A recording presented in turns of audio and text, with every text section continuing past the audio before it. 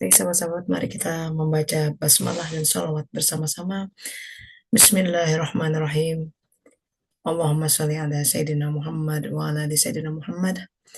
Selamat datang di kajian suluk online di masih di kisah Syeds alaihi salam. Ya, Alhamdulillah Jumat berkah hari ini di sini di Amsterdam jam 11.02 pagi. Mungkin jam 4 ya di Indonesia ya setelah asar. Alhamdulillah. Mari hari ini kita sama-sama membahas kembali, memutari kembali tentang hikmah Syeds alaihissalam, mengambil referensi dari kitab Fusus Hikam bab 2 tentang hikmah Syeds alaihissalam, itu hikmah tentang nafas. Dan minggu lalu kita bicara tentang cermin, ya. Nah, putaran lain tentang cermin, hari ini kita akan bicara tentang bayang-bayang. Karena bagaimanapun cermin adalah sebuah media untuk memantulkan bayang-bayang. Bayang-bayang bagi dia yang bercermin di dalamnya. Nah, hari ini kita akan lihat bagaimana khazanah tentang bayang-bayang ini sebenarnya dibahas sudah lama. Misal, ya berabad-abad yang lalu, saya tunjukkan gambar di sini tentang alegori gua Plato. Ya, filsuf Yunani, ya, Plato itu, kita lihat, zaman hidupnya itu 428, 423 tahun sebelum Masehi. Ya, jadi 2400, 2500 tahun yang lalu udah bicara tentang bayang-bayang. Ya, beliau ini salah satu filsuf dalam ya yang muridnya jadi dari Plato, dari Socrates, Aristoteles, Plato itu filsuf-filsuf yang mengungkapkan ide-ide basic yang juga menginspirasi seorang Alexander the Great ya.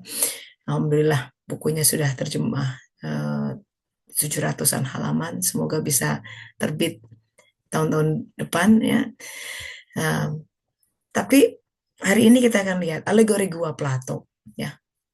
Jadi gini, nanti kita akan lihat kesinambungannya dengan wayang kulit yang disusun dengan demikian meticulous, dengan demikian indah dan presisi oleh Sunan Kalijogo dengan tuntunan Allah Ta'ala. Ya, jadi bicara begini, alegori gua Plato itu, bayangkan kita hidup, lahir di dalam gua. Pernah masuk ke gua nggak? Gua Selarong mungkin ya. Saya pernah di Perancis masuk gua dalam gitu. Itu gelap sekali, dingin. Jika kita hidup di gua gitu, bayangkan. Ini ada gambarnya ya, orang hidup di gua dikatakan sebagai um, apa ya, uh, tawanan yang terikat. Jadi nggak bisa kemana-mana di sini. Tangannya diikat, kakinya diikat, lehernya diikat. Seumur hidupnya dia hanya menyaksikan sebuah pagelaran. Ya, ditunjukkan ada orang-orang yang berbicara tentang sesuatu dan ada sumber api di dalam gua itu sehingga dari api dan objek ini terpancarlah bayang-bayang. Ada kisah bahwa inilah hidupmu gitu ya. Ini sebenarnya mirip-mirip film Matrix lah ya, bahwa seumur hidupnya tuh dia seperti hidup ngantor ya kan, ke punya baju, punya sekian aktivitas sampai suatu hari dia ketemu sama Morpheus ya, yang dia bilang mau mau ngambil blue pill or the red pill gitu. Kalau mengambil red pill, dia akan apa dibangunkan dari mimpinya bahwa selama ini tuh dia hidup di dalam sebuah tabung gitu. Seperti halnya tawanan ini, dia pikir wah kehidupan tuh indah gitu ya. Sampai suatu hari ada seorang tawanan yang bisa keluar gua, lepas dari ikatannya. Ini gambarnya. Keluar dari gua, dia lihat ke atas, keluar. Kemudian dia lihat, wah ternyata di luar tuh ada sumber cahaya lain namanya matahari. Ya, dan cahayanya luar biasa, kehidupannya luar biasa. Nah, si tawanan perang ini kemudian balik ke dalam gua, dikisahkan begitu, dan bercerita kepada masyarakat yang tertawan itu, dan bilang bahwa, hey, di dunia sana itu ada kehidupan yang lebih bagus, lebih indah dari ini semua, ayo kita keluar gitu. Tapi, tapi ironisnya, si tawanan yang pernah keluar dari gua ini kemudian dianggap tersesat gitu oleh masyarakat situ. Kamu ngomong apa sih, ngaco? Ini kehidupan kita tuh ya ini dari awal, dari dulu juga leluhur kita ya gitu, nggak bisa keluar dari guanya, takut, dan dianggap apa, informasi yang tawanan yang si gua itu keluar dari gua itu dianggap sesat, hingga mereka rame-rame membunuh dia dan kemudian memilih tetap di dalam guanya masing-masing. Itu ironi cerita yang disampaikan oleh Plato. Tapi kisah ini masih relevan sampai sekarang ini. Ya, kisah tentang bayang-bayang itu juga diulang ya oleh Sunan Kalijogo, yang sebagian orang menganggap oh nggak boleh menggambar. Memang hadisnya jelas ada, tapi beliau kan dituntun oleh Allah Ta'ala itu setiap ukirannya, setiap lekukannya, warnanya dan lain sebagainya, apalagi kisahnya gitu ya. Nah, jadi pada hal yang sama, kisah bayang-bayang ini juga diungkap 500-an tahun yang lalu oleh Sunan Kalijogo dalam kisah wayang kulit. Coba pernah menyaksikan wayang kulit? Saya pernah sekali-kalinya tuh. Ya, di wayang kulit itu yang menarik, kalau wayang kulit zaman dulu ya, penontonnya itu adanya di balik layar. Jadi nggak sama dengan dalang. Bener nggak? Karena memang yang dimaksudkan adalah supaya penonton tuh hanya melihat bayang-bayang. Kalau yang kulit versi sekarang kan di lokasi yang sama sama dalangnya gitu, atau wayang wayang kulit yang ditampilkan di TV itu dari belakang dalam arti di satu medan yang sama dengan sang dalang. Kalau kita perhatikan ya, Bang, kemarin pernah ketemu di salah satu museum di Cirebon, itu wayang kulit asli yang dibuat oleh tangan Sunan Kalijogo sendiri. Itu cantik banget. Setiap lekukan, setiap warna itu dibuat dengan presisi. Karakter yang kesatria itu biasanya digambarkan berhidung mancung, one point. Kalau penjahat biasanya digambarkan hidungnya gede gitu ya, bengkok, nggak ada tujuannya dalam hidup gitu. Itu simbol-simbol, dan tentu berwajah mengerikan dan lain sebagainya. Itu simbol-simbol. Nanti gelungannya juga ada simbol. Kenapa kesatria tertentu? Kenapa ada yang pakai mahkota, Yudhistira dan lain sebagainya?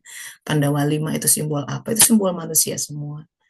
Tapi kalau sahabat perhatikan, desain wayang yang indah itu, lah kok kenapa yang ditampilkan penonton itu hanya menonton bayangannya. Jadi keindahan si wayang itu nggak ter, nggak tertangkap oleh penonton. Memang sengaja begitu desainnya, ya, bahwa kehidupan kita di dunia ini cuma bayang-bayang. Bayang-bayang tuh ya hitam putih gitu, hitam gitu ya. Kayaknya begitu-begitu. Tapi itu tuh udah bagus banget bayangan kita itu tuh. Dan disangkanya itu kehidupan yang sebenarnya. Disangkanya bayangan itulah diri kita yang sejati. Padahal yang diajak oleh Sunan Kalijogo ya, dan para waliullah lainnya, dan juga rasul-rasul sejak zaman dulu, bahwa dunia ini, life is just a dream. Rasulullah SAW sudah mengatakan itu. Semua orang tertidur, ketika dia mati, baru dia bangun. Lah, tidur gimana loh kok beraktivitas? Ya, conscience-nya, jiwanya tak tidur gitu. Raganya seperti melakukan banyak hal, punya achievement sini situ, tapi begitu tidak memaknai, tidak ada ma'rifatnya, ya, tidak belajar tentang Iqra siapa dia, sebenarnya dia masih tertidur. Nah ini maksud lain dari cermin. Ini yang patut kita apa namanya renungkan hari ini, ya. Al-Quran bicara juga tentang itu. Mari kita lihat ayatnya ini di sini, ya. Hmm,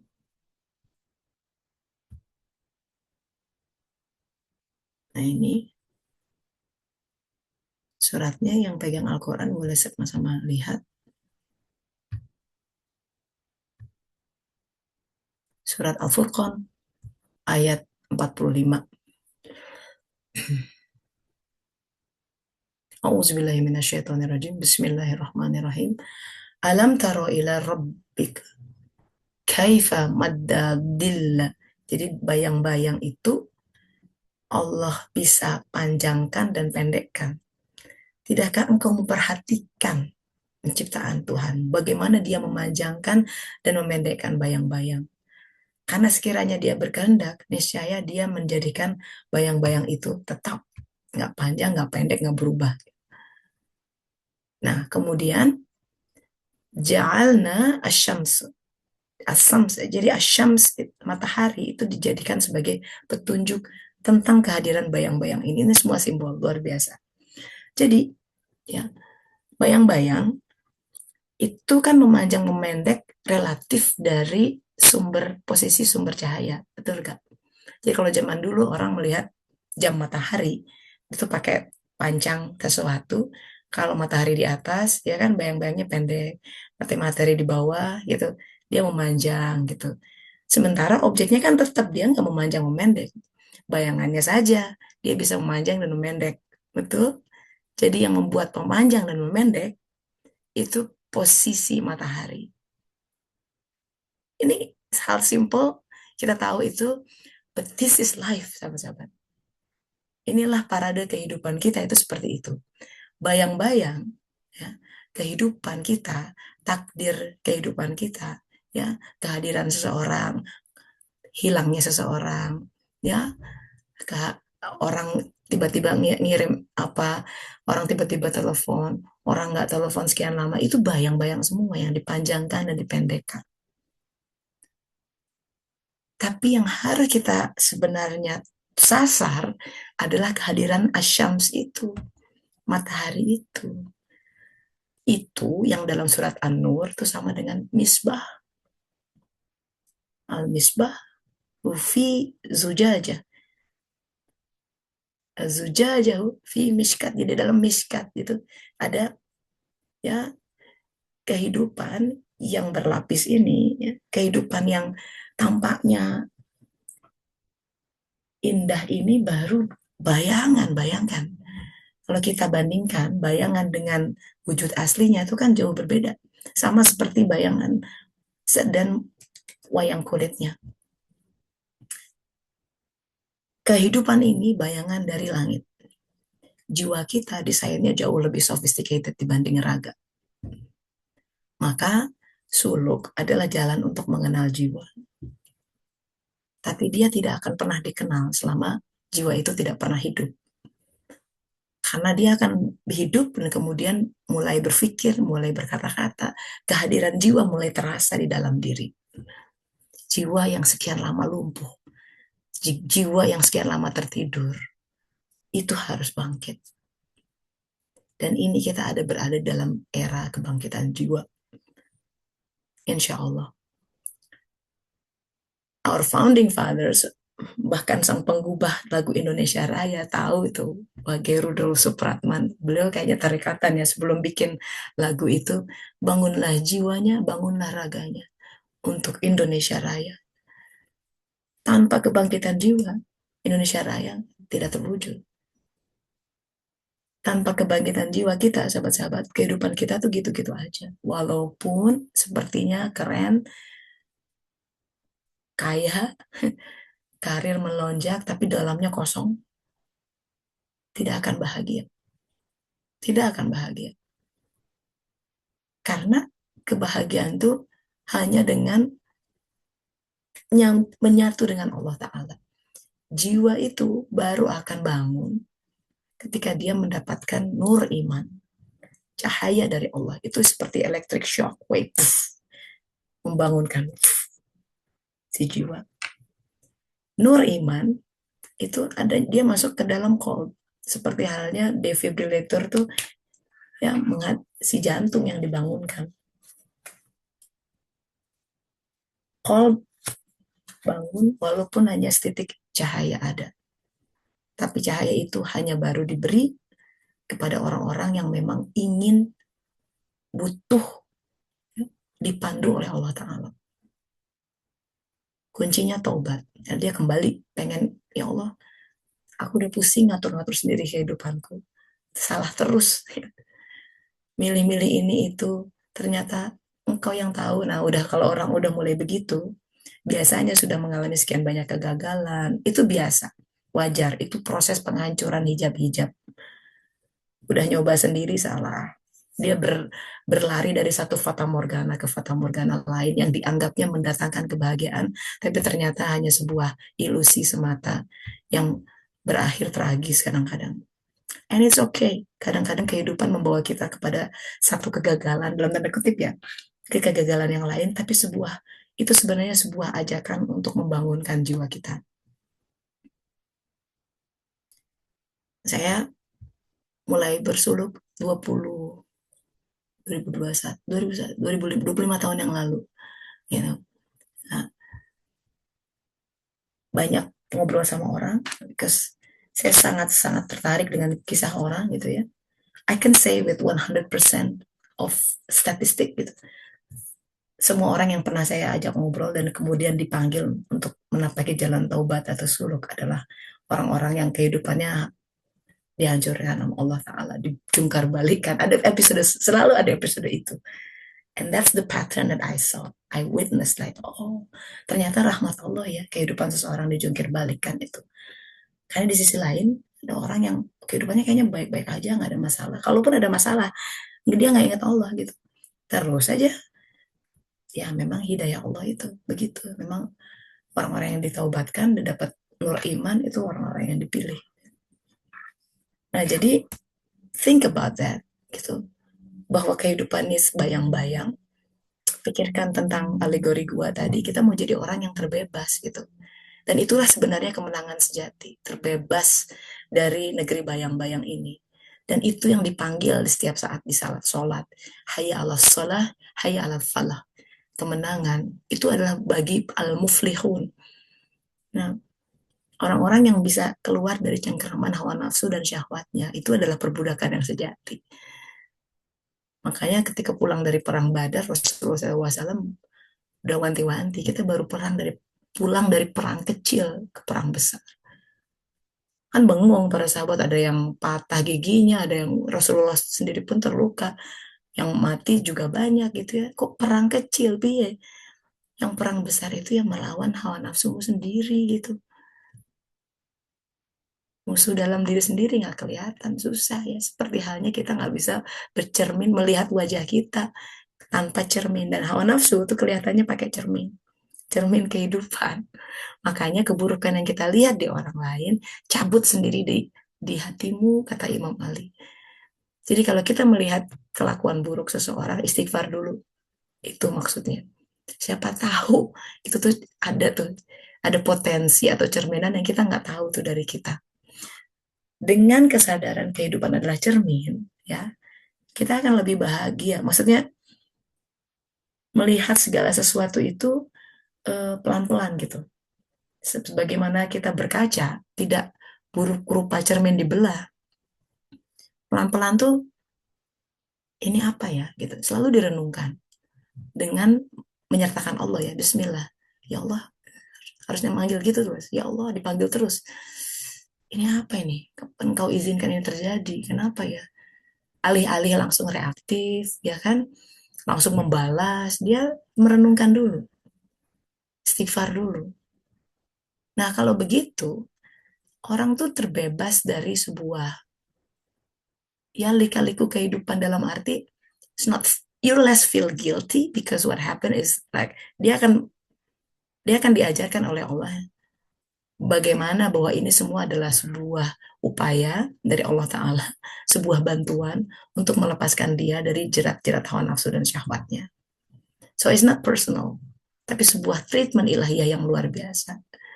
Kalau dia paham itu, dia akan mulai tersenyum menghadapi semua hal dalam kehidupannya. Jejak-jejak manusia yang meninggalkan luka mulai terbasuh gitu ya. Upaya-upaya orang untuk menjatuhkan kita, untuk memfitnah sekalipun akan dianggap sebagai sebuah sebuah sentuhan yang penuh kasih sayang dari Allah karena dia hanya melihat ini dari Allah, ini dari Allah, ini dari Allah. And that's such freeing gitu, sangat membebaskan dia dari sebuah ya kalau kita terikat pada sebab akibat itu kayaknya kita terperangkap dan nggak bisa ngapa-ngapain. Tapi dengan kesadaran bahwa oh ini dari Allah, Allah yang megang itu kayak ada yang kalau Allah yang megang tenang aja, pasti baik gitu. Sekarang belum kebaca kebaikannya sabar aja gitu. Makanya wasta'inu bisobri wassalah. Mintalah pertolongan dengan sabar dan sholat. Jadi itu perenungan kita hari ini. So, coba renungkan ketika hidup kita adalah sebuah bayang-bayang. Nah, sekarang semua pasti punya punya isu yang kontemporernya masing-masing lah ya, punya masalah yang sedang dihadapi masing-masing, punya permasalahan yang sedang di apa namanya harus dibaca gitu ya. Atau itu sudah kejadian bagaimana ini informasi ini ya bahwa dunia itu bayang-bayang dan itu tuh hanya berubah dengan izin Allah. Ya, tidak ada satu daun pun jatuh kecuali Allah mengetahuinya gitu. Kesadaran bahwa itu semua dari Allah. Kesadaran bahwa semua dalam genggamannya. Yang nggak ada yang out of control sebenarnya. Cuma kita aja yang belum nyampe akalnya gitu. Nah itu tuh sebenarnya bikin kita tenang mestinya. You know. Nah sekarang jadi yang bikin kita gelisah dan tetap kurang nyaman dan kurang damai dalam hidup itu apa gitu. Mari kita renungkan bersama-sama atau share perenungan sahabat-sahabat atau pengalaman hidup tentang ini dan kita akan semoga dengan Allah tuntun kita akan pertajam pembahasan ini. Silakan. So, it's sharing and discussion session. Silakan langsung di-unmute atau yang ingin share lewat chat boleh juga. Monggo.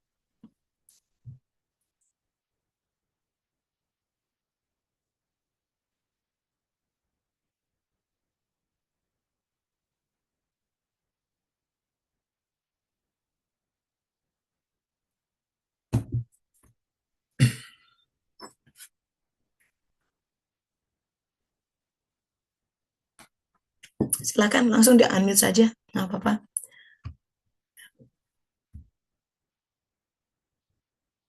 Tessa, saya mau tanya ya. Silahkan Bu Ya, Sri. Bismillahirrahmanirrahim. Assalamualaikum warahmatullahi wabarakatuh. Waalaikumsalam. Saya baca ya di Al-Quran, tapi saya lupa ayat berapa, surat berapa. Tapi di situ eh, setan mengatakan kepada manusia itu, "Kenapa kamu mengikuti saya?" katanya. Sedangkan saya sendiri juga tidak tahu dengan diri saya, katanya kaliannya saja yang kok ngikut ke saya gitu. Jadi seolah-olah dia jadinya lepas tangan gitu ya. Kan mereka manusia-manusia itu kan pada ini gitu Kak, pada protes ke setannya. Nah, itu ketika orang mengikuti kehendak setan itu, apakah sudah kehendak dari Allah atau memang dia nggak ada ikhtiar untuk memperbaiki diri gitu? Itu seperti apa tuh? Seperti itu. Ya, Ya, ini sesuatu yang ya. halus ya. Sesuatu yang halus. Dulu ketika Ali bin Abi Thalib eh, kan tinggal di situ sama Rasulullah kemudian suruh bangun malam ya kan. Terus ketika Rasulullah bilang, kenapa kamu tertidur tidak bangun malam? Karena kan sholat tahajud adalah sebuah keutamaan di zaman dulu juga sampai sekarang gitu ya. Terus jawaban Ali yang bikin Rasulullah gusar adalah, ya kalau Allah mengizinkan menghendaki aku bangun maka aku akan bangun gitu kan. Jadi ketika seseorang itu apa namanya tergelincir dalam godaan iblis, apakah itu juga dengan izin Allah? Ya, tentu saja semua terjadi dengan izin Allah. Tapi bagaimana melihat itu supaya kita tidak menjadi orang yang udahlah kalau Allah mengizinkan saya akan bangun sendiri gitu ya. Itu tidak mudah untuk membacanya, Bu. Jadi sesuatu yang halus gitu ya. Karena orang akan sangat mudah terjebak oleh ya itu tadi kan sudah diizinkan Allah ya sudah saja gitu ya. Nah, itu halus sekali gitu. Jadi ya pokoknya mah kita ikhtiar untuk berbuat baik gitu, Bu. Ya, fokusnya ke sana. Jangan sampai dan selalu minta perlindungan dari Allah Ta'ala supaya tidak tergelincir. Jadi itu saja. Walau alam. Ya.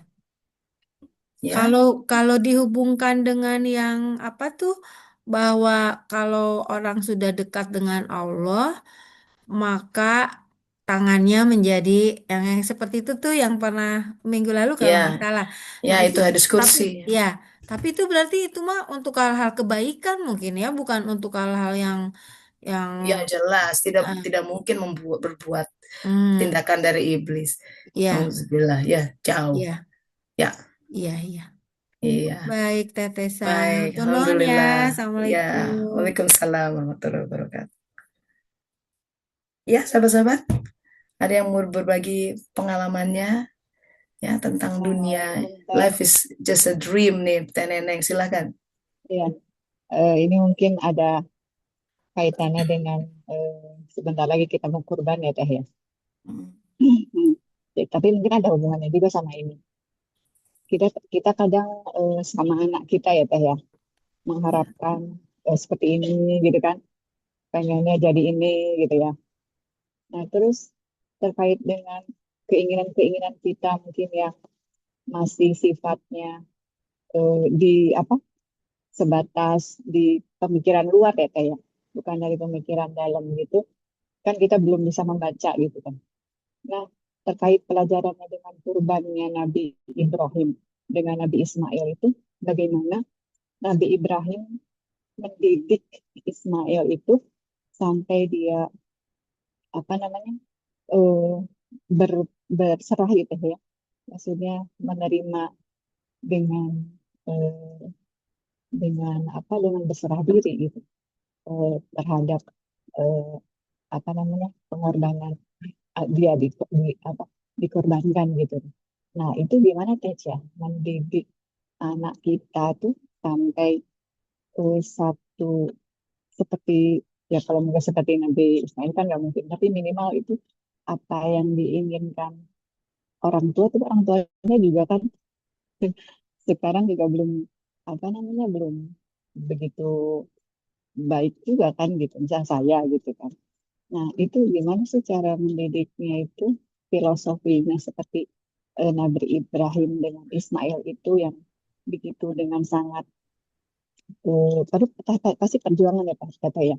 Maksudnya mengarahkan anak seperti itu. Gitu. Nah, relate-nya dengan kehidupan sekarang itu terhadap anak kita itu bagaimana Teh? ya ini menarik karena terkait dengan kurban ya yang kita Iya, sebentar iya. lagi akan lakukan.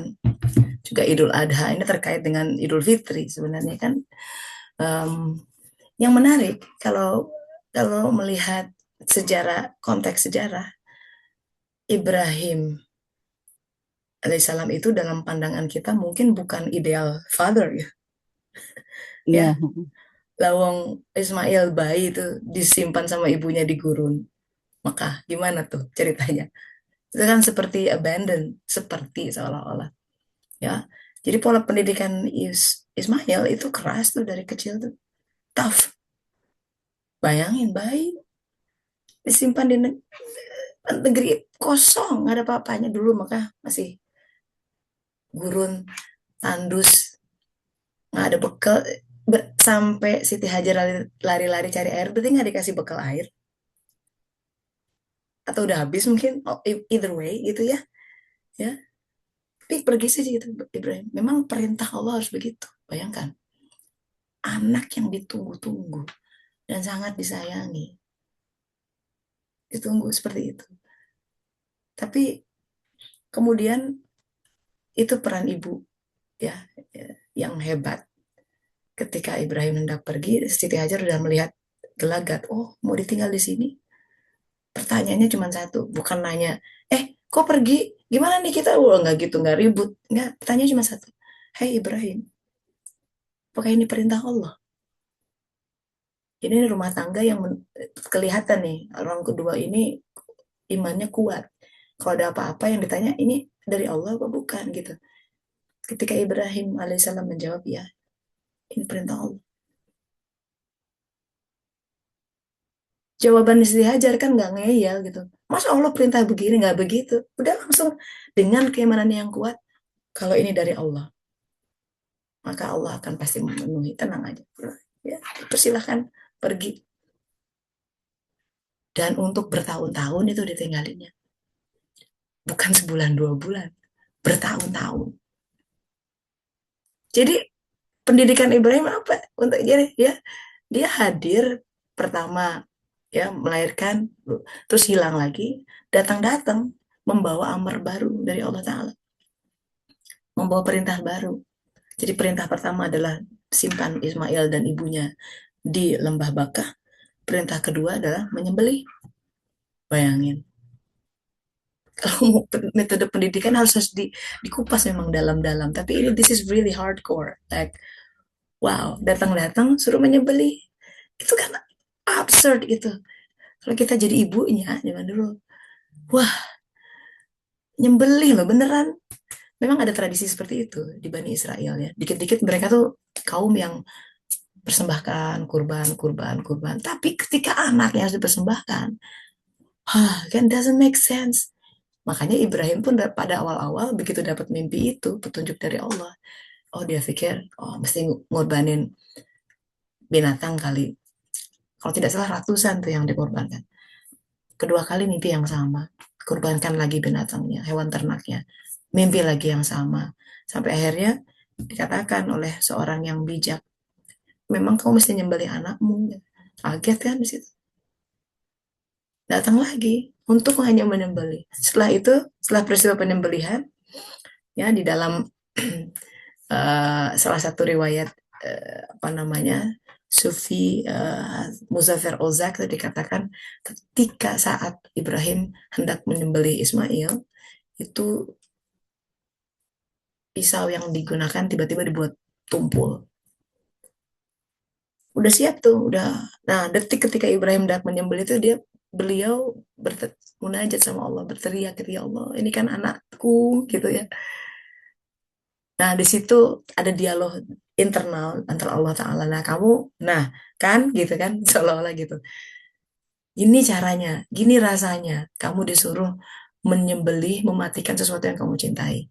Ingat nggak dulu jadi dulu ketika Ibrahim alaihissalam sebelum punya Ismail, pernah dimi'rajkan oleh Allah Ta'ala. Dalam proses Mi'raj itu beliau diperlihatkan ada sebuah kaum yang berdosa sedemikian keji sehingga Ibrahim mengutuk kaum itu dan meminta kepada Allah Ta'ala, ya Allah hancurkan itu. Itu seperti kata Allah, seperti kira-kira Allah seperti bilang gini, itu rasanya ketika kamu minta aku menghancurkan kaum itu rasanya ketika gini loh rasanya, kamu disuruh menyembelih sesuatu yang kamu cintai. Sekarang kamu ngerasain rasanya gimana? Nah itu ketika kamu minta aku menghancurkan kaum, aku mencintai mereka bagaimanapun juga. Itu hebat cintanya Allah ya. Di mata sang nabi itu, wah, bejat banget deh gitu. Hancurin aja deh ya Allah gitu. Tapi cinta Allah pada makhluknya ya. Makanya, wah, jangan putus asa. Dosa segelap apapun di masa lalu, nggak ada apa-apanya dibanding dibanding rahmatnya. Beneran, nggak ada apa-apanya dibanding kasih sayangnya. Do not despair. Jangan putus asa. Aduh, aku udah terlalu bejat deh, nggak mungkin, nggak nggak boleh ngomong begitu. Kata Allah, datanglah kepadaku dengan segunung dosa, dan datang kepadaku dengan segunung lagi dosa, aku udah ampuni. Datang lagi segunung dosa, aku ampuni. Sebelum dia datang dengan dosa-dosa lagi, Allah udah bilang, kamu akan berdosa, aku udah ampuni.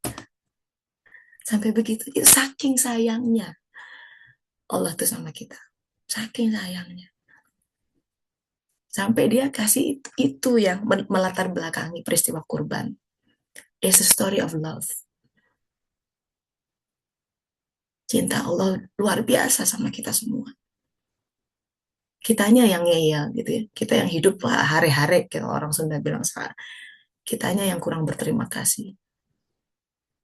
Dia tuh kalau mau hitung nikmatmu nggak akan mungkin gitu ya.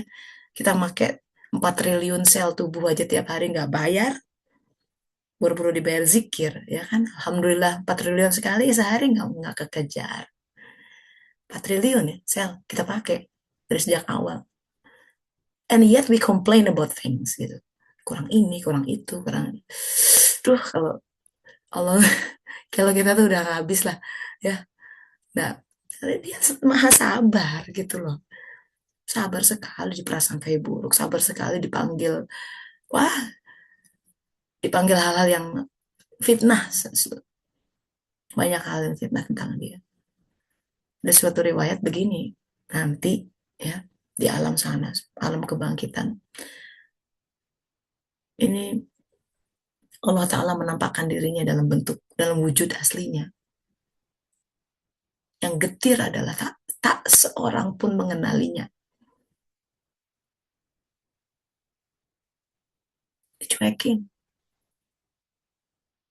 Akhirnya beliau, Allah Ta'ala mengubah dirinya, mungkin kalau istilah kita ya pakai make up, pakai topeng. Dalam imaji, ya gambaran-gambaran yang diduga, oh Tuhan tuh begini harusnya, mungkin ada janggutnya, atau dia memakaikan getir sekali. Terus dia keluar, oh, dikenal, wah Tuhan, baru dikenal, padahal itu bukan dirinya.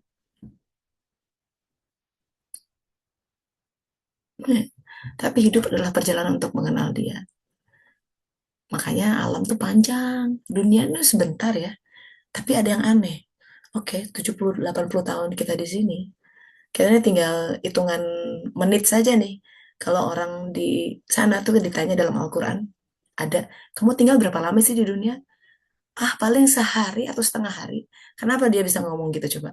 Karena dia udah ngalamin barzah, udah ngalamin masyar, lama banget. Jadi comparationnya, perbandingan dulu waktu di dunia tuh kayak sehari setengah hari aja. Dibandingin itu alam-alam lama banget. Jadi dibandingkan nanti itu kita tinggal 20 menit lagi, teh. Waktu kita nggak lama. Tapi dunia ini sangat menentukan kehidupan kita di barzah dan di sana. Makanya semua all out di sini pertarungannya. Di negeri bayang-bayang ini ada rahasia besar. Kenapa jiwa kita diberi kendaraan raga ini? Ada rahasia besar. Kenapa kita dibuat lupa dan kemudian berjihad untuk mengingat dan membangkitkan kembali jiwa. Nanti si jasad, jiwa sama ruh mesti nyatu. Baru jadi insan kamil. Ya, itu yang insan kamil itu strukturnya dalam surat An-Nur ayat 35. Allahun nurus samawati wal ard. Masalun nurihi kamishkah gitu. Perumpamaan cahayanya seperti miskat. Di dalamnya ada misbah dan misbahi fi zujajah gitu. Ya, nurun ala nur. Nah, itulah kehidupan. Jadi kita memang sedang berjalan minaz zulumati ila nur, kehidupan itu. Akan otomatis seperti itu. Kehidupan dunia itu ke alam barzah itu seperti kegelapan masuk ke alam yang lebih kompleks. Makanya kalau kita meninggal nauzubillah min zalik bahwa seatom setitik sayi'ah kegelapan di sana mewujud. Ya, suatu hari para sahabat bertanya, itu ada yang mimpi Umar bin Khattab sudah meninggal, di alam sananya tuh pakaiannya panjang sekali sampai digeser, digeret. Mungkin dalam peristiwa apa? Kayak kalau artis-artis ke Met Gala itu pakai wah jubah yang panjang itu kayak gitu, diseret-seret saking panjangnya. Kata Rasulullah itu pakaian takwa.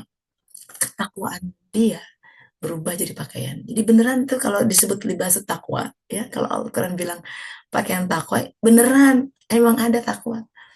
Jadi pakaian gitu. Nah, hati-hati dengan itu. Makanya kita kehidupan ini, pokoknya kita baik-baik aja deh dalam kehidupan. Fokus kita akhirat, ya. Semua itu untuk bekal di sana. Ya, walau alam. Ya, jadi itu. Terima kasih, Bu. Ya, nah, jadi Nabi Ibrahim pendidikannya kan lebih kepada ibunya, perannya, ya. Yang kedua, tidak mengecilkan peran ayah, tapi tentu doanya besar. Ketakwaan Ibrahim meliputi itu semua. Nah, ini adalah berita baik buat kita-kita yang, aduh, aku kok banyak di kantor ninggalin anak-anak. Nabi Ibrahim aja nggak bisa anaknya jadi begitu. Asal hati ya. Jadi kita serahkan anak-anak kita sama Allah Ta'ala. Yang kurang tuh penyerahannya itu loh. Karena Allah tahu mana yang benar-benar menyerahkan, mana yang setengah-setengah, mana yang cuma 30%, mana. Nah itu tergantung pada keberserahan dirian kita. Kalau kita masih ragu-ragu, ya takut masa depan, masuk ini. Allah tahu kebaca itu semua. Takut masalah rezeki atau apa tuh kebaca. Jadi memang kehidupan itu untuk membangun keyakinan, ya. Kalau kita yakin benar, pertolongannya pun akan datang secepat dan sebesar sekuat keyakinan kita. Begitu, walau alam. Itu Bu Neneng ya. Jadi gimana ininya ya secara secara pendidikan Nabi Ibrahim alaihissalam kepada putranya secara fisik nyaris minim ya, tapi doanya ternyata bisa berubah gitu. Jadi eh, itu membuat kita lebih lebih fokus ke mentransformasi diri kita, lebih fokus ke menjalin hubungan sama Allah Taala. Itu caranya. Seperti hadis Rasulullah SAW, ya kita punya sekian banyak masalah gitu kan. Caranya itu kata Rasulullah, perbaiki hubunganmu sama Allah, nanti Allah yang beresin. That is the smart way. Nah, kita kan suka sibuk sendiri, habis waktu, habis tenaga, berijing para nggak kemana-mana gitu ya. Mendingan kita fokus dulu, bersihin diri, ya, bersih hati, perbaiki sholat, perbaiki wudhu. Itu yang basic tuh sholat tegakkan. Nanti itu akan datang dengan sendirinya.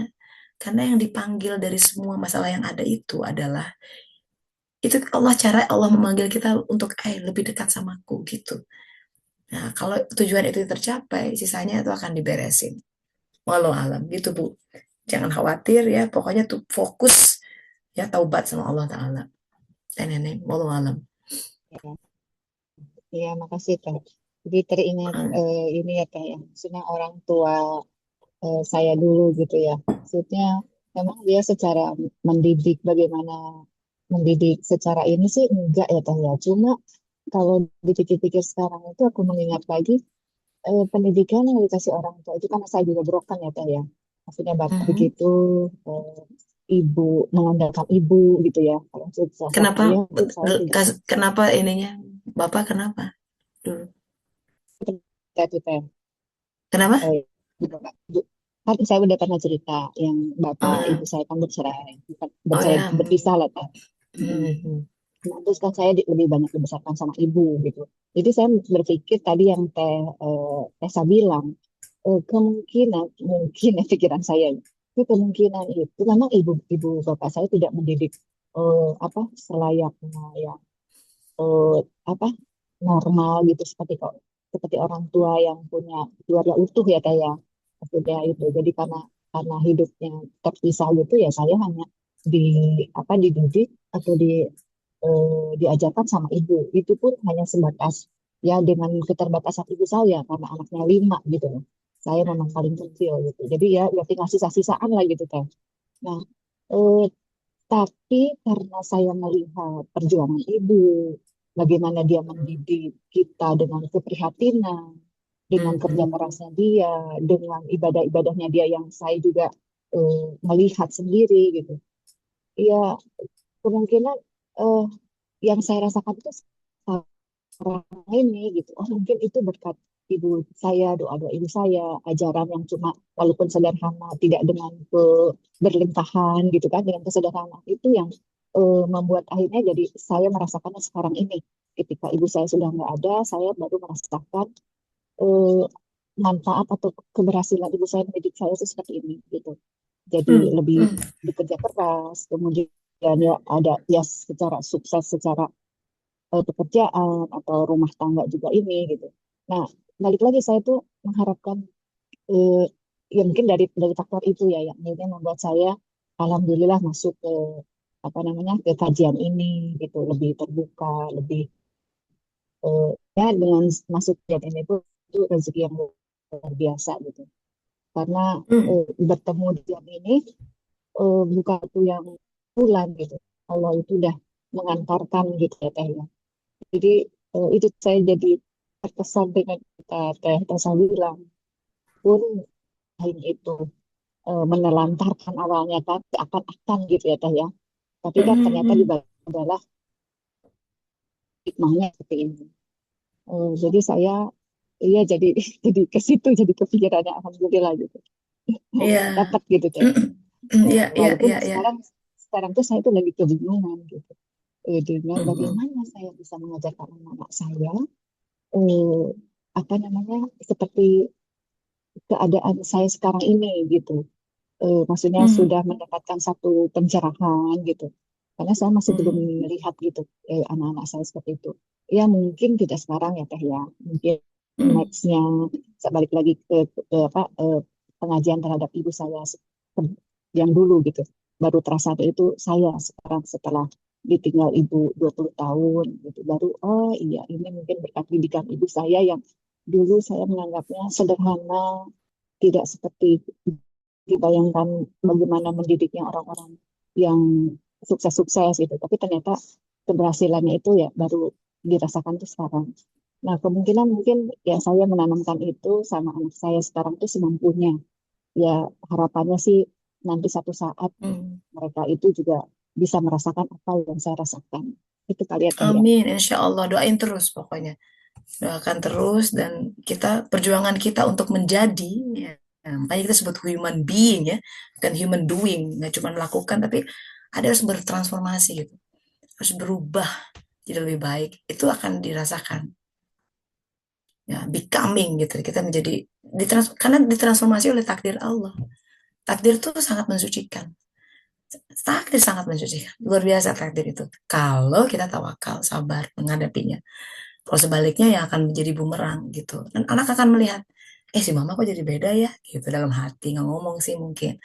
Dia akan jadi, oh, dia melihat ibunya. Because action speaks louder than words. Dakwah bilhal itu lebih menjejak di hati. Ya, langsung ke hati. Ya, itu. Pokoknya kita fokusnya amal soleh. Teh. Ya, kita pokoknya fokus jadi orang baik aja. Ya, jadi orang baik itu tidak mudah ya, karena harus merespon segala sesuatu. Soleh, tidak sekedar baik ya. Soleh itu harus ada sambungan sama Allah Ta'ala. Karena soleh dalam Al-Quran, amal soleh itu bisa terkait sama iman. Iman, amal soleh. Iman, amal soleh. Iman, itu cahaya tadi. Kalau hati kita nggak manggil-manggil Allah, nggak akan bisa tertuntun ke amal soleh. Amal soleh itu ya respon yang terbaik yang Allah inginkan dari saat ke saat. Tidak selalu mewujud sebagai sebuah aktivitas atau creation gitu ya, sesuatu yang mewujud secara fisik. Sabar menunggu adalah amal soleh. Mensyukuri apa yang ada amal soleh. Qanaah dengan apa yang ada amal soleh. Gitu kan? Sholat tepat waktu amal soleh. Gitu kan? Tapi kita merespon tuh dengan guidance gitu. Itulah syaratul mustaqim yang kita minta setiap saat. Gitu. Pelan-pelan gitu ya. Jadi fokus di amal soleh. Fokus itu yang susah karena iblis datang dari depan, belakang, kiri, kanan. Coba ayat berapa? Lempar di chat. Aku akan mendatangi mereka dari depan, belakang, kiri, kanan, dan engkau akan mendapati sebagian besar dari mereka tidak bersyukur. Gitu. Jadi syukur itu susah gitu. Tapi fokus aja di situ. Fokus beramal soleh. Nanti akan terbuka sendiri. Hebatnya kehidupan seperti itu. Nah, here's the thing about life ya. Ilusi iblis ya dalam kehidupan atau Hollywood kind of scenario ya akan membawa kita bahwa hidup pengen enak, nggak gitu. Hidup tuh ya menjalani skenario Allah Taala apapun itu. Rasulullah SAW itu kehidupannya nggak ideal bu ya, lahir nggak kenal bapak, udah meninggal sekian bulan sama ibunya dikasihin sama orang lain, suruh dipersusui. Itu kan secara ini kita ibu ya, bawa deh ke sana gimana tuh itu ya. Terus ibunya meninggal tak lama kemudian. Tak ada satupun keluarganya yang ingin merawat dia kecuali paman yang termiskin gitu ya. Pokoknya hidup dia tuh tidak ideal dalam tanda kutip. Kehidupan seorang Siti Maryam, ibunya Isa masih. Siti Maryam, tapi kemudian jadi istrinya Rasulullah SAW kan. Dalam hadis dikatakan begitu. Oke, beliau dari kecil memang ini peran ibu ya, ada dalam Al-Quran. Silahkan tuh, ibunya sudah menazarkan dia sejak di kandungan. Itu tadi the act of surrendering. Ya Allah, ini anakku, tolong kasih ini gitu, tolong jagain. Udah gitu dinazarkan. Dia tuh tumbuh a child of wonder ya. Ada dalam Injil Apokrifa.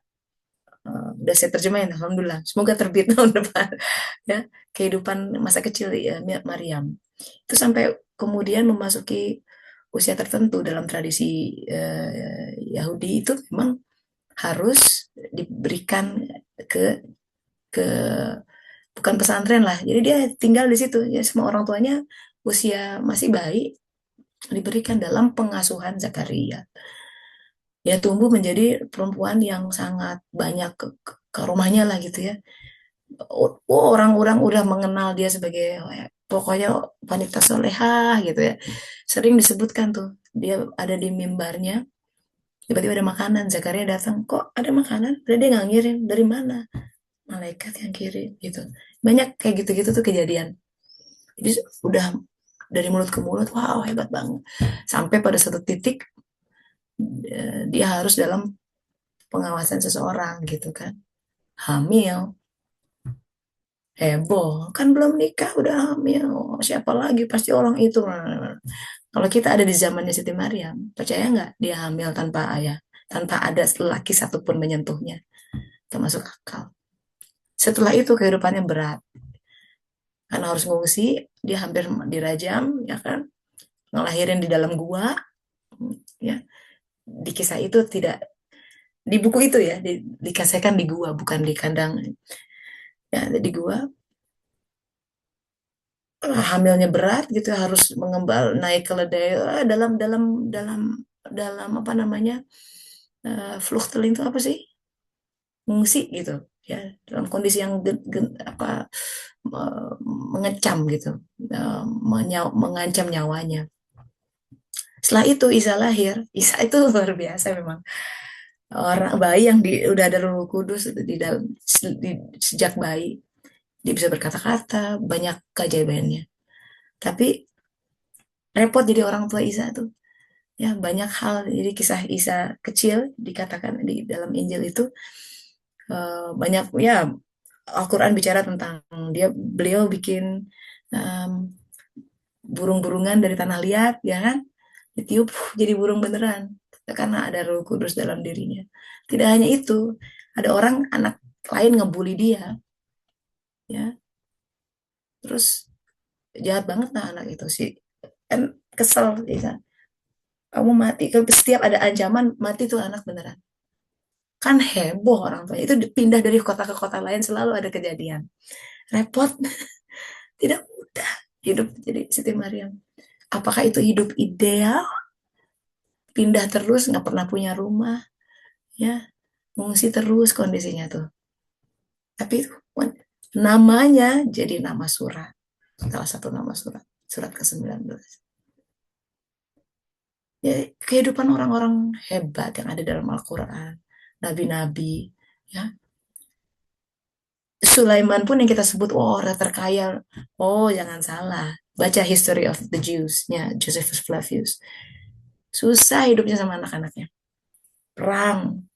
Anaknya mau merangi bapaknya sendiri. Gimana tuh? Mesti bener-beneran hadap-hadapan pakai pedang. Itu bener-bener, wah, ngeri kan? Ya, jadi setiap ada ujiannya masing-masing. Jangan salah. Apa ideal? Apa sih ideal hidup tuh? Ideal tuh hanya dengan kita betul-betul menyerahkan diri. Biarkan hidup ini ya, sahabat-sahabat, itu ada yang punya. Kita tuh lahir ke sini itu bawa skenario masing-masing. Do that. As simple as that. Penderitaan tuh ada ketika kita pengen ngerancang skenario-skenario sendiri. Atau pengen memainkan peran orang lain. Aku kurang keren, aku pengen peran itu deh. Ya nggak bisa lah. Orang kita ya, pasangannya apa namanya, setelannya itu udah cocok untuk peran itu. Nah, jadi hidup itu mengalir saja, nggak usah otak-atik tuh. Pokoknya makanya berserah diri is the key. Agama ini diberi nama Islam. Aslama itu berserah diri. Namanya berserah diri, sudah menyerahkan kepada Allah Ta'ala. Ya biarkan dia yang aturkan. Belum serah terima kok. Sudah serah terima. Kita masih ngatur-ngatur. Nah, indahnya hidup berserah diri, sahabat-sahabat. Kata Islam yang sama, itu ada artinya berdamai. Kedamaian itu ketika kita stop struggling, ya, berhentilah meronta-ronta menghadapi takdir. Go with the flow. Nanti nyengir sendiri gitu. Sepahit apapun itu telan aja, karena itu pil pahit yang menyembuhkan. Si jiwanya mesti bangun itu tadi. Lewat sekian banyak pengaturan Allah Ta'ala, dia hendak menumbuhkan benih yang ada di dalam jiwa, sehingga benih itu jadi pohon. Pohon itu harus berbuah. Kalau buahnya ada, kita udah bisa menikmati. Nanti itu buah yang sama yang kita nikmati di alam nanti. Makanya dalam Al-Quran ada orang-orang surga yang bilang, begitu mencicipi buah, ini buah yang kita dulu pernah aku cicipi. That's the same thing. Gitu ya. Jadi hidup ini sudah ada yang punya, semua sudah diaturin. Ya, kita lagi naik pentas nih.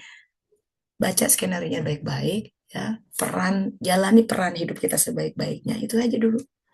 Itu ciri orang bersyukur, ya, tanda orang bersyukur itu nggak ngaruh kusiku gitu. Rasulullah tuh kalau makan nggak pernah pengen menjangkau makanan yang di luar jangkauan tangannya. Apa yang kita bisa lakukan aja dari saat ke saat, dari waktu ke waktu. Adanya ini alhamdulillah, itu pun udah alhamdulillah gitu ya. Nah, kita dari waktu ke waktu. Itulah kehidupan ya. Jadi jangan punya, oh kalau punya ini, itu udah nggak berangan-angan panjang. Pokoknya qanaah, apa yang ada, alhamdulillah disyukuri. Nabi Isa Al-Masih itu tokoh zuhud ya. Kalau orang terkenal zuhud. Itu kalau minta rezeki itu selalu satu hari. Ya Allah, beri aku roti hari ini. Sehari. Nah, dia nggak khawatir besok gimana atau nggak. Ya Allah kalau bisa 7 turunan nggak ada. Atau semingguan ya Allah nggak ada. Hari ke hari. Ada semingguan, sebulanan gitu ya Allah nggak ada. Iya, iya. Oh, ya ada dia tuh sehari. Lah kita hidup hari ke hari kok. Emang yakin minggu depan masih hidup? Siapa yang ngacung berani gitu? Yakin teh aku mah berdasarkan statistik life expectancy. Itu juga gitu ya. Janganlah, ya, jangan songong. Allah tuh ya kita hidup hari ke hari itu enak jalaninnya. Nah, setelah namanya jalan tuh selangkah demi selangkah. Si ukur gitu. Dari saat sholat ke sholat lain. Nanti gimana teh anak saya? Ya nanti gimana? Allah akan iniin. Bukan nggak berusaha ya, harus.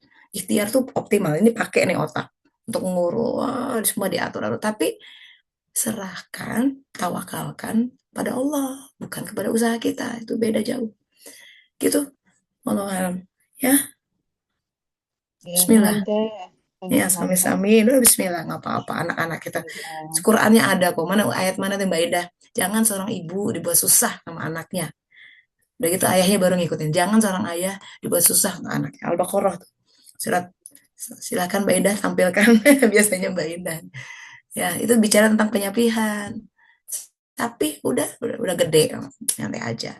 Ya, ya, biar itu dalam genggaman Allah. Kita sudah berikan pendidikan terbaik, yang penting sudah coba sampaikan yang terbaik, mencintai dengan sebaik-baiknya, menjaga fitrahnya itu yang paling ultima adalah dengan memberikan kasih sayang. Ya, disayang anak itu. Ya, kasih sayang itu tidak mudah ya, karena kita harus ego kita masih luntur. Kasih sayang benar ya, cinta yang sejati. Oh, berkali-kali. Ya, jadi anak merasakan itu. Oh, my mother loves me no matter what. Gitu. Walaupun aku nggak apa sih ini apa dia kebuatan dia yang paling bikin kesel. We need to overcome that. Look beyond that. Maafkan, namanya juga anak. Ya, mas. Gitu. Yang lain, Oke. enggak, sama-sama. Bu Ibu.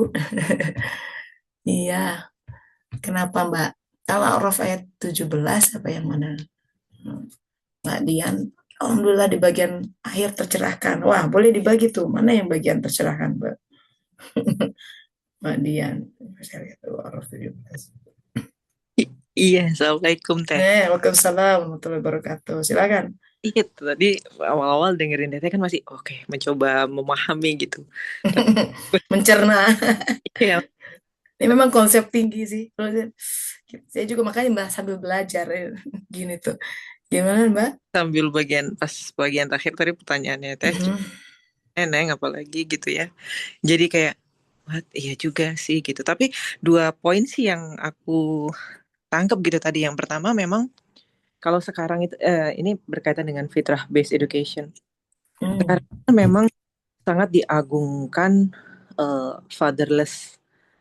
eh jadi keluarga sekarang itu kan fatherless gitu karena kesibukan seorang ayah dia jadi tidak berperan gitu.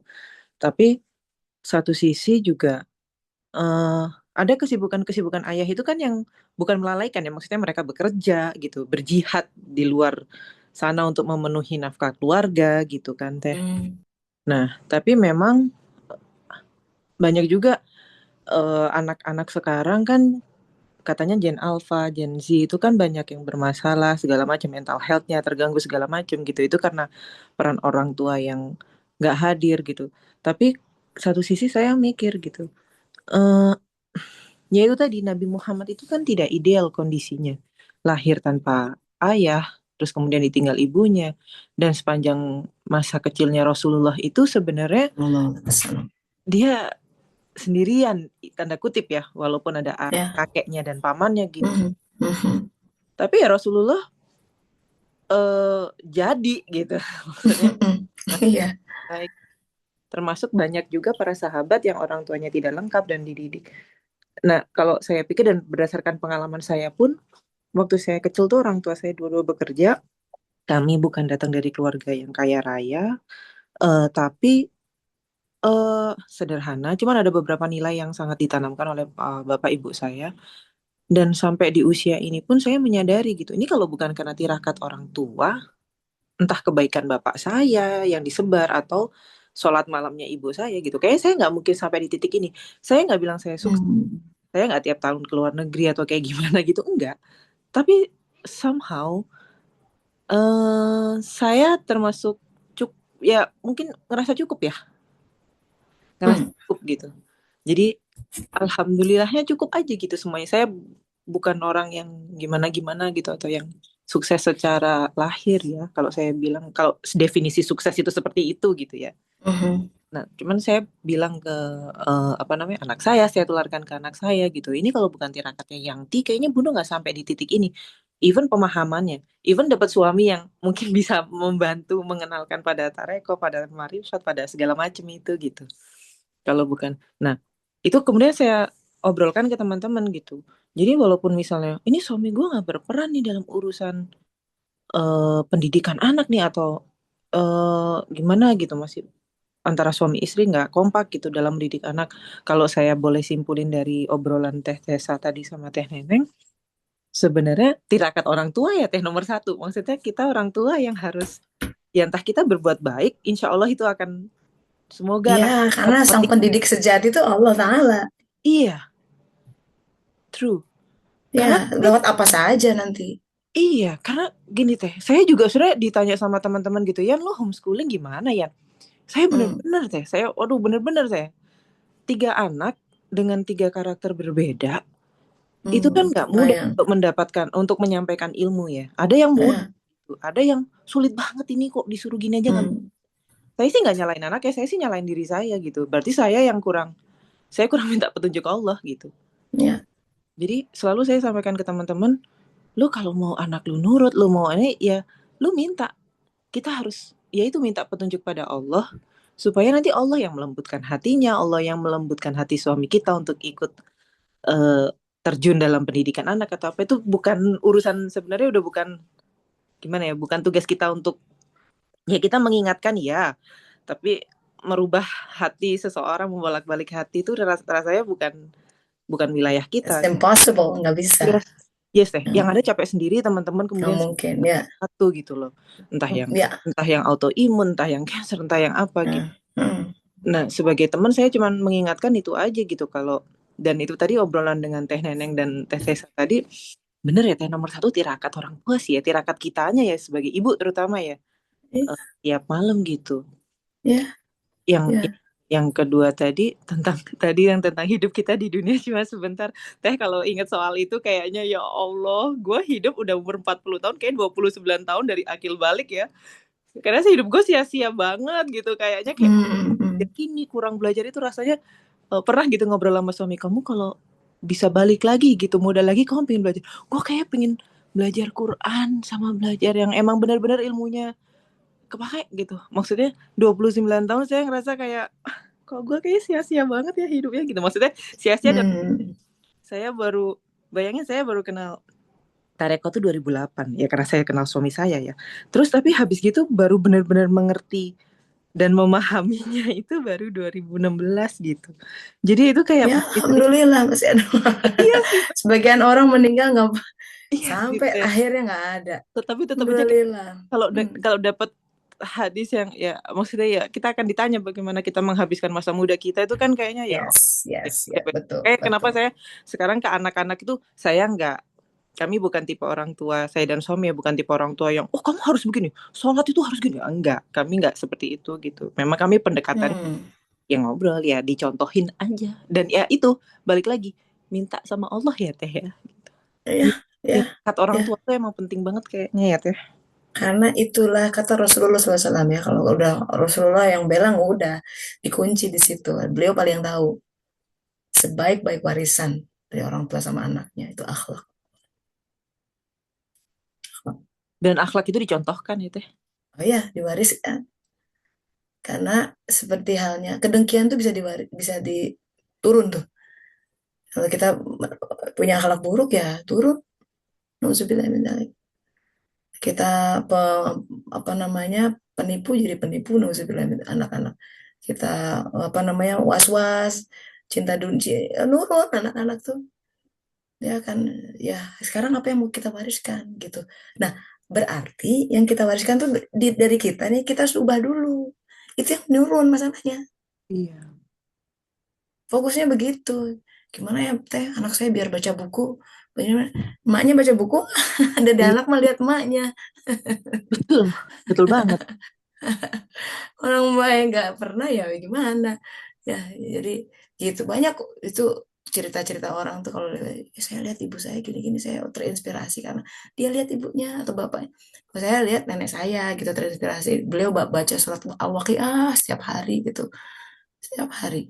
Itu alhamdulillah kita terinspirasi. Beliau tidak pernah preaching gitu ya, kayak kamu harus gini nggak pernah tapi dengan menjadi gitu dan menjadi itu lebih kena banget karena itu contoh hidup ya. Makanya ketika Siti Aisyah berkata Rasulullah itu Al-Quran berjalan itu setiap gerak-geriknya tuh Quran Iya. gitu jadi kan indah gitu. Nah, aku diutus menyempurnakan akhlak kata Rasulullah SAW. Nah itu kalau si jiwa bangun ya tadi tuh pentingnya kenapa jiwa bangun dia akan mencari Allah kan kenapa pentingnya taubat kembali ke Allah turning towards kembali ke cahaya. Semakin kita mendekati cahaya semakin akan tersinari oleh cahaya itu semakin banyak yang menyerap. Kalau jalan taubat kita benar ya kalau ngaji kita benar arahnya itu akhlak berubah sendiri. Nanti teman-teman sekitar, keluarga akan menyaksikan jadi orang yang bersaksi. Kok dia jadi lebih sabar gitu ya? Kok dia jadi lebih tenang gitu? Dia berubah tuh halnya. Karena makin tersinari. Jalannya bener tuh. Gitu. Ya, semua. Nah itulah tanda kenapa kita sholat itu mesti khusyuk. Karena sholat itu mi'rajnya kaum mukminin. Kalau kita sholat itu kan hadap-hadapan dengan Allah Ta'ala. Allah nurus samawati. Sang sumber cahaya bayangin.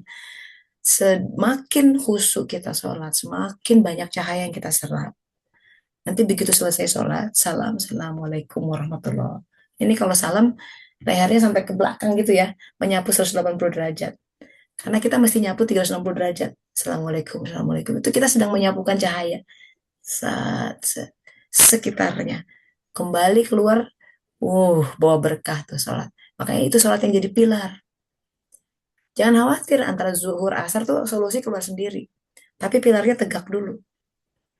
Tegak kan itu perintah Allah tuh aqimus shalah, bukan sekedar mengerjakan ya. Hebat bahasa Quran tuh akim, sesuatu yang tegak.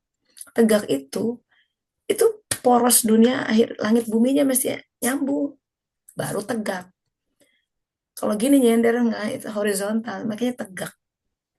Berarti kita mesti berkah langit itu mesti nyampein ke bumi. Makanya tangan kita sujud di 7 poin tuh eh, nyampein ke tanah kita. Bumi kita harus terberkati karena itu kita harus jadi khalifah fil art, bukan di surga. Khalifahnya di bumi memang. Tapi kita harus bisa jadi rahmatan lil alamin itu ya kalau kita mendapatkan rahmat. Ya, sama gimana cara anak kita supaya bisa lebih sabar, lebih syukur. Emaknya, kalau kita mama ya, kalau ada pengajian bapak-bapak kita bilang bapaknya, kita orang tuanya maksudnya harus jadi itu sendiri. Itu jihad kita, ya jihad kita. Walau alam gitu. Jadi fokus suluk itu di sini sama kita gimana tempat kantor berubah kita yang berubah. Nanti berubah sendiri deh. Perhatikan saja, otomatis itu ya. Gimana cara kantor berubah, kitanya mesti berubah. Karena kita berubah, karena yang merubah Allah. Nabi-nabi pun perintah Allah, tugasmu hanya menyampaikan. Itu, Nah, titik. itu poinnya ya Teh, benar. Tugasmu hanya menyampaikan. Tugas kita Ya. tuh hanya menyampaikan. Yang ngebalik-balik hati Allah, Allah. Gitu, kita nggak punya. Itu di luar kebiasaan itu wilayah Allah. Jangan coba nggak akan bisa, nggak akan bisa merubah. Makanya kalau dianya nggak berubah, nggak usah sakit hati.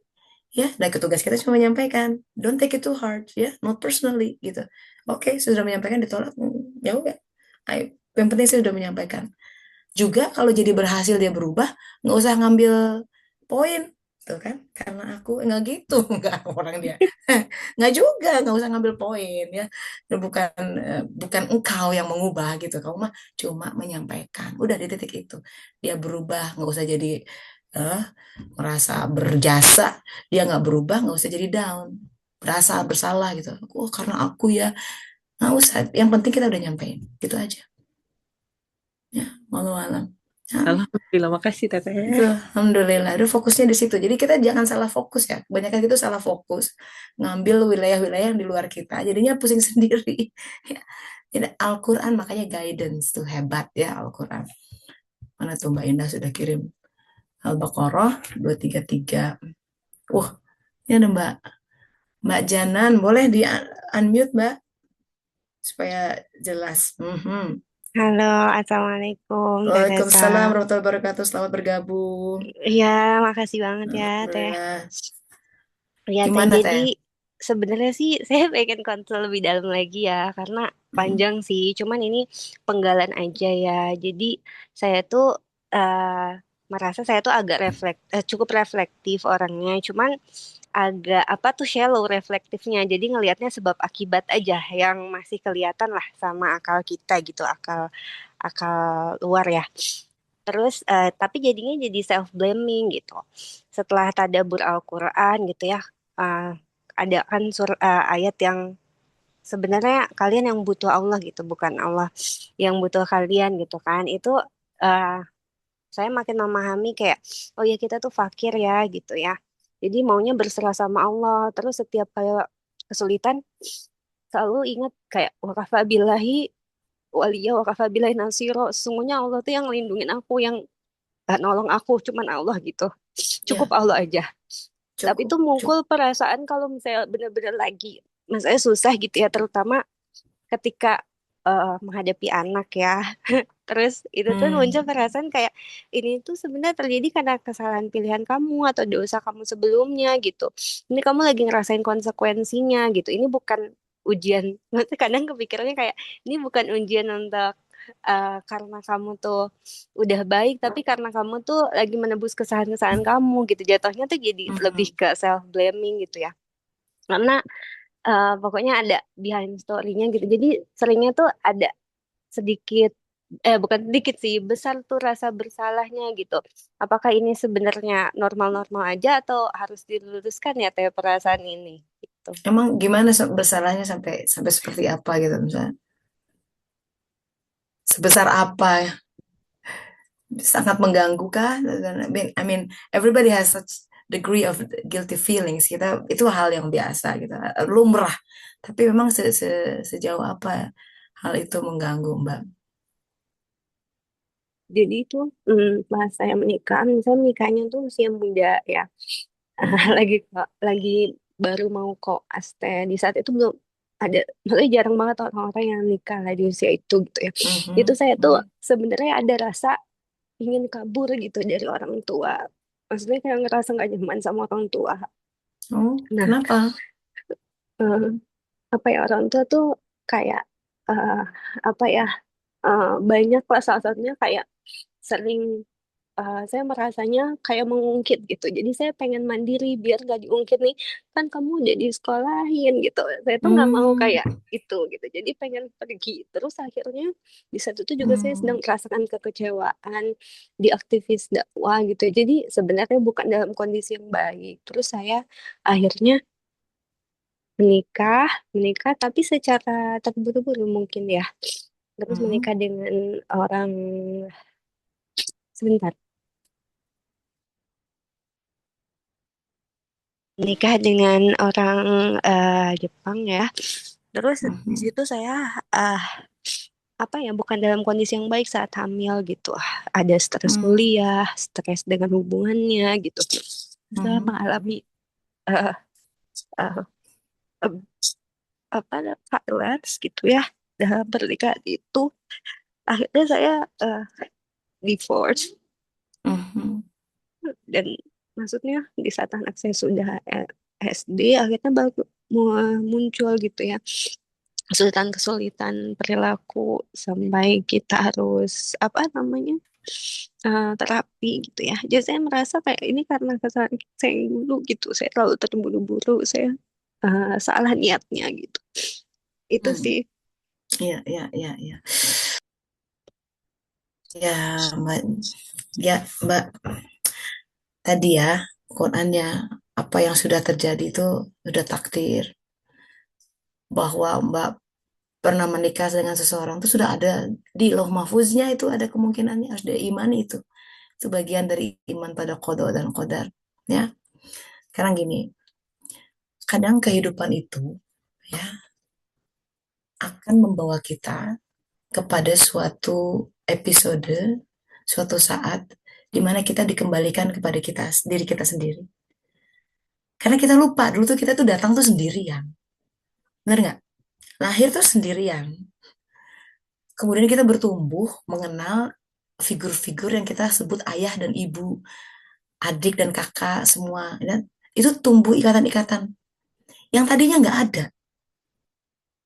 Kita baca Qurannya ya. Ini Quran harus jadi panduan. Surat 6 Al-An'am ayat 94. Surat ke-6 ayat 94. A'udzubillahi minasyaitonirrajim. Bismillahirrahmanirrahim. Walaqad ji'tumuna furada, sendiri-sendiri tuh. Kamu benar-benar datang kepada kami sendiri, sendiri-sendiri, furada, farid, furada. Sebagaimana kami ciptakan kamu pada mulanya, sendiri-sendiri.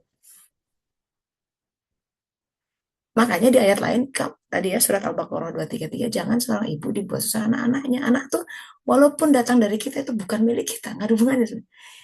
Hubungan nasab tuh terjadi nanti. Secara jiwa, we are completely individual. Makanya nanti pertanggungjawaban sendiri-sendiri. Gitu. Makanya yang lebih fokus ya, ini untuk to dissipate, untuk mengurai semua benang-benang jerat-jerat guilty feeling ya. Anak juga itu ada yang ngatur kenapa dia lahir di situ. So don't take it too much gitu. Karena kejadian terjadi pada anak ya. I know in such a case like divorce ya, dalam kasus perceraian biasanya guilty feeling. Duh kalau anak begitu gara-gara aku mungkin gitu. Nggak juga sih. That's not the whole story. No, no, no, no. Please let go. Selama ya kita selalu minta sama Allah Ta'ala. Karena yang terjadi pada anak berikutnya, gini ya, trauma itu, ini pakar trauma yang bicara nih, Gabor Mate. Trauma itu bukan karena sesuatu terjadi pada seseorang.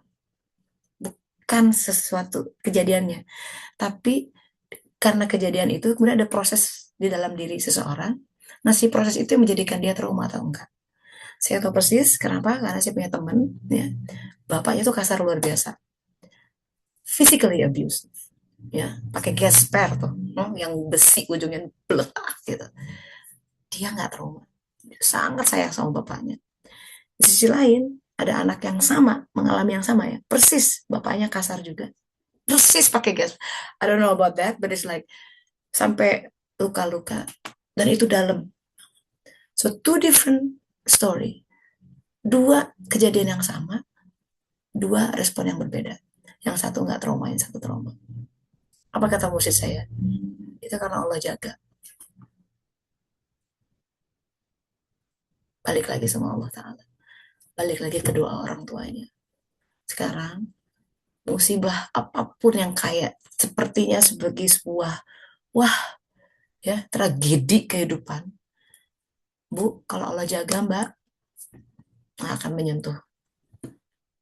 Dijamin. Makanya itu doa-doa kenceng-kencengin. Gitu, ya Allah, tolong jaga. Karena kalau doanya longgar ya, anak-anak, kita nggak tahu ya, begitu dadah mas, salaman, pergi ke sekolah. Yang tadi di sekolah nggak tahu. Mau dipasang body cam juga nggak bisa selalu mengawasi. Ya, makanya banyak. Kalau saya selalu setiap hari tuh kalau sholat duha, saya tambahin 8 rakaat gitu ya. Yang 2 rakaat buat si Rumi, 2 rakaat buat Elia. Ya Allah, tolong lindungi anak saya, tolong lindungi anak. Lindungi itu lahir batinnya ya. Belai dia dengan, it's amazing to grow, to watch them grow gitu. Dan saya kemudian tahu, oh itu Allah. Itu Allah. Kemarin si Rumi saum, Mbak Ati, hampir 18 jam loh dia saum. Saya bilang, udah kelayangan tuh anak musim, udah panas nih kan, musim panas. Pulang udah kumus-kumus gitu, mama lemes, ya udah buka aja. No mama, I have to be strong katanya gitu. Oh, benar tuh 9:30 baru buka. Ya dalam hati urut. Maknya juga nggak sekuat itu kadang ya. Ya tapi itu Allah gitu. Jadi lepaskan perasaan bersalah. Semua berserahkan kepada Allah Ta'ala. Anak kita tuh anaknya Allah. Mbak, Allah tuh lebih sayang sama anak kita dibanding kita sendiri. Dijamin. Ya. Jadi kalau kita menyerahkan kepada zat yang paling sayang, dia akan aturin. Luka-luka disembuhin. Jangan khawatir. Ya. Sekarang tugas kita fokus dengan apa yang ada sekarang and move on with it. Itu namanya bertasbih. Ya. Kalau tidak bertasbih, kita akan terus terkungkung dalam masalah ikan paus itu. Kita bicara ikan paus ya. Nabi Yunus itu ditelan ikan paus. Zikirnya yang bisa mengeluarkan dia dari ikan paus itu adalah ya la ilaha illa anta subhanaka inni kuntu minaz zalimin. Jadi harus tauhidnya mesti kuat. Terus kita harus mengalir subhana itu sabah mengalir. Allah Ta'ala mengatakan seandainya Yunus bukan dari minas sabihin, orang-orang yang tidak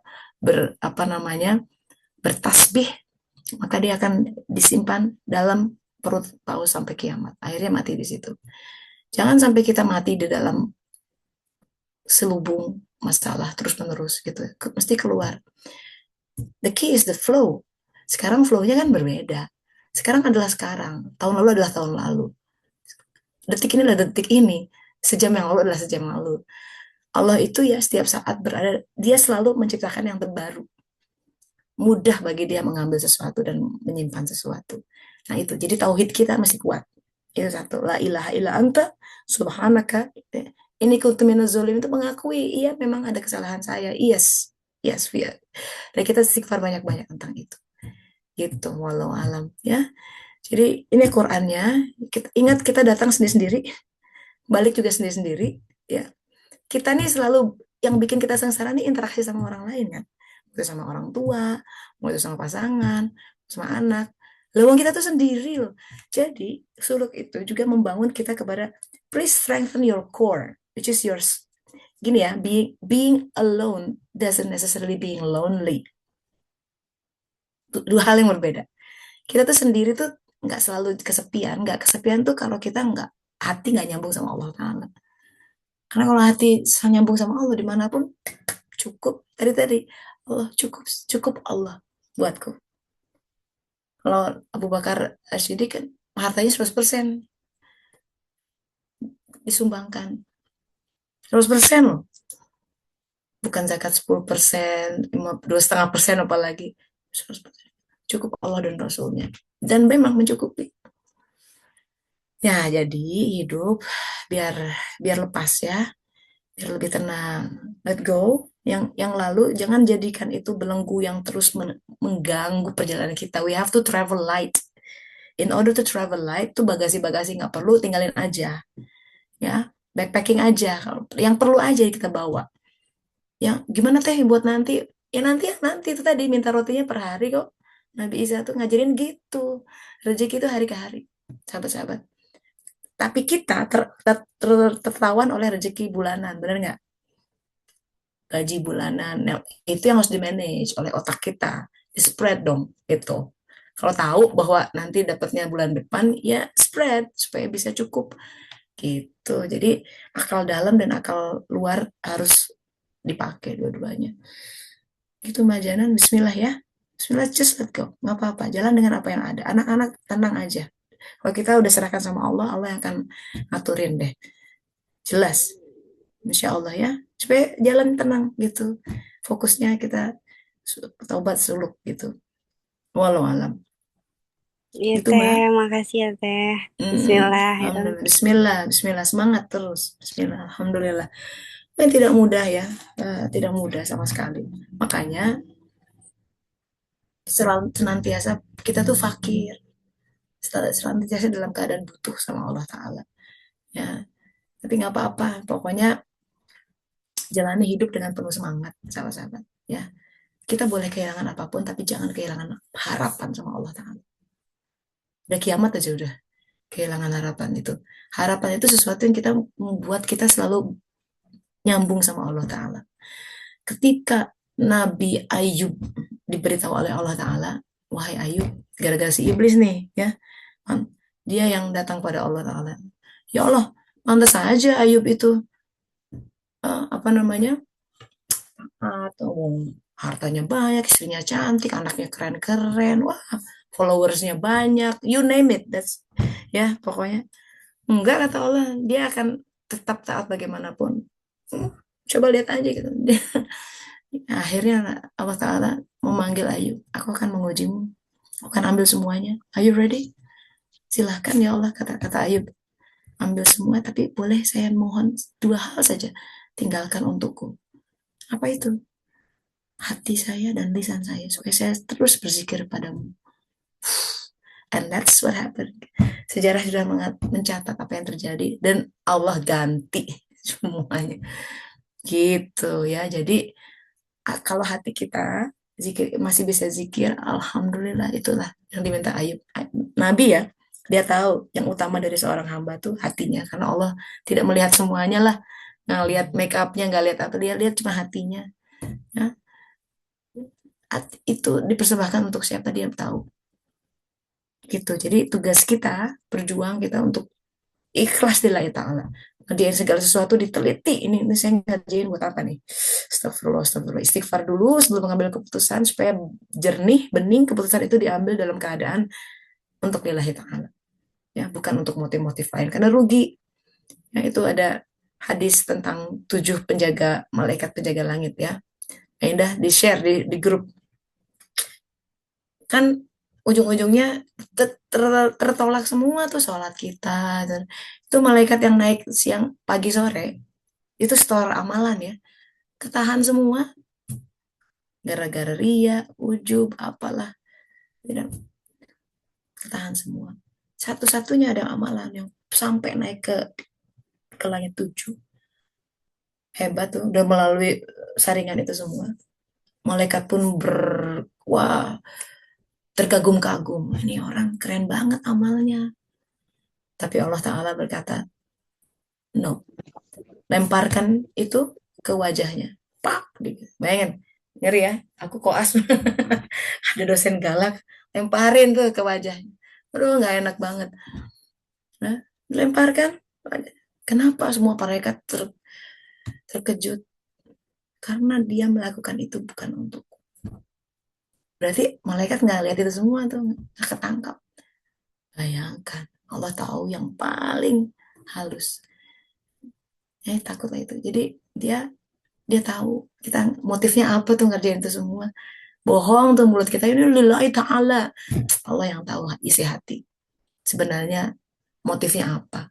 Motivasi dia untuk melakukan itu apa? Dia malah tahu, nggak bisa dibohongin sama sahabat. Jadi, aduh sedih ya kalau kita melakukan sesuatu seperti ini untuk kebaikan, untuk agama, buat agamamu saja kata Allah begitu. Karena dia nggak mau dipersekutukan gitu. Nah, dalam rangka untuk bersyukur dalam kehidupan, kita pengen mempersembahkan sesuatu untuk Allah. Dia tuh pengen tahu mana yang benar-benar persembahan itu untuknya. Dia pengen tahu. Tapi kita mulai dengan apa-apa yang ada di tangan kita. Kita ngurusin anak, nih ya Allah, untukmu. Bahkan tidak untuk kebaikan si anak itu sendiri mestinya. Supaya dia jadi, itu mah lepaskan. Jadi nggak ikhlas nanti. Mau Allah jadikan apa, nanti kan kayak jadi anaknya Nabi Nuh gimana? Seorang Nabi loh. Anaknya ditenggelamkan. Allah sendiri yang bilang, ya Allah itu kan anakku. Bukan. Dibilang bukan. Bayangin. Gimana kalau begitu? Nah kan, sekali lagi, dunia dan kehidupan adalah papan catur ilahiyah. Dia yang punya game.